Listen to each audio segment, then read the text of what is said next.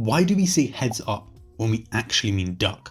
Why is it called a building if it's already built? Or why is abbreviation such a long word? Whilst these are things that confuse me, things like interest rates, budget, and credit are probably things that confuse and ultimately overwhelm you, and it stops you from getting your money in order.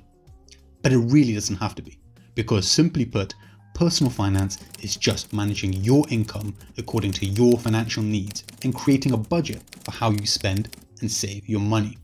You are in charge of deciding what you want to do. So remember that before putting yourself under unnecessary pressure when starting to manage your finances.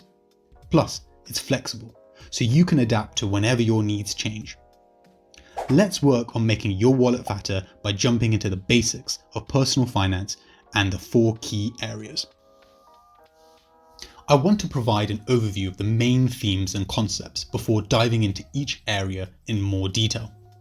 This starts with the source of all your money, which is your income, and this money trickles down and gets broken down by your spending, with the leftover amount being defined as your savings. To manage your spending and saving habits, you can create a budget, for which we will dive into later. Then, some money from your savings can be allocated towards investing or your retirement. Your income bucket. This is all the money you bring in. This is not only your main job or source, but also any side hustles, like your tutoring or photography gig. This also includes that one gig you booked at the comedy club last month, where everyone booed, friends and family warned you that you weren't funny, including your mum, but you still did it anyway. Include that. Make sure this is net income and that you have factored in and deducted taxes. Your job might already remove it from your salary, but double check. If running your own business or a freelancer, you will need to factor it in yourself.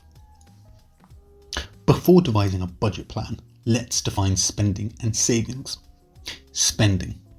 This is your expenses and can include things like rent, groceries, entertainment, travel, and the cost of being a sugar daddy. Savings, on the other hand, is the money left over after your spending. Income minus spending equals savings. Typically, this will be kept in your bank account, either with a current account if you're from the UK or checking account in the US, or even in saving accounts. Checking or current accounts will typically be easy and immediate access, but very low or no interest rates. Saving accounts will have higher interest rates, so do your research on which account is best for you. To put it simply, the interest rate percentage is the amount you will receive over the year on top of your amount for loaning out your money to the bank. For example, if you have $100 in a 5% interest rate saving account, over the year you will get $5 more to bring your amount to $105. Now that we have defined spending and savings, we can move on to budgeting and managing your money. This is all about living within your means. There are 3 popular simple methods: the 50-30-20 rule, the pay yourself first rule, and finally the spending limit rule. The 50-30-20 rule breaks down as follows. 50% of your income goes towards your essential living needs. This includes things like your rent, groceries, and utilities.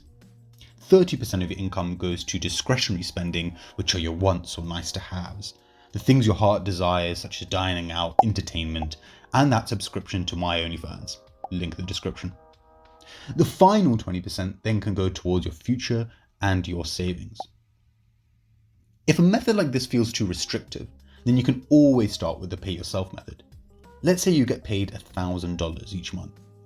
As soon as that money hits your bank account, you pay yourself by putting $200 directly into your savings account. You then have $800 for the rest of your month for the spending you need to do. If you have located areas of your life where your spending is out of control, then using the spending limit rule is quite useful. Let's say you've noticed you spending way too much on eating out. Setting that limit for each category will make sure you don't go into debt and protect your savings. Finally, I want to touch on creating an emergency fund. This is typically savings that are kept around for any unexpected expenses, such as you losing your job or unexpected medical bills. The general rule of thumb is to keep aside 3 to 6 months worth of expenses saved away for this. Make sure this is the first pot of savings you build up before you save for anything else or decide to invest. Moving on to credit cards. Your credit score is what is used to assess how risky it is to lend you money for things like loans or a house mortgage. So it's important to build up a credit score well in advance and to start as early as possible. In the simplest terms, your credit score is influenced by whether you pay your bills on time. So a good rule of thumb is to only use your credit card for expenses that can easily be paid off, like groceries and transport, and then make sure you pay the whole amount off every month. Not only will this improve your credit score, but it will also help you avoid huge interest rate charges.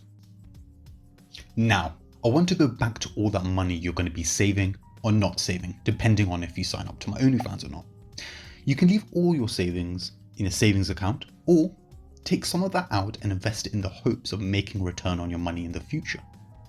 For simplicity purposes, I want to mention just the main two that are most commonly associated with investing: the stock market and real estate. Money invested should be intended for long-term goals.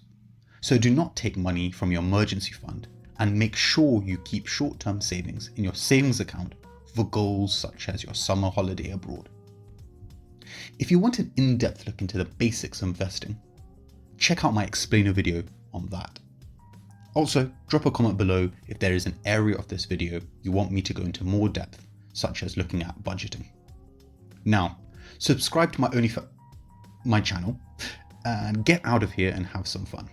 Spend your money, just not too much, and keep on top of your finances.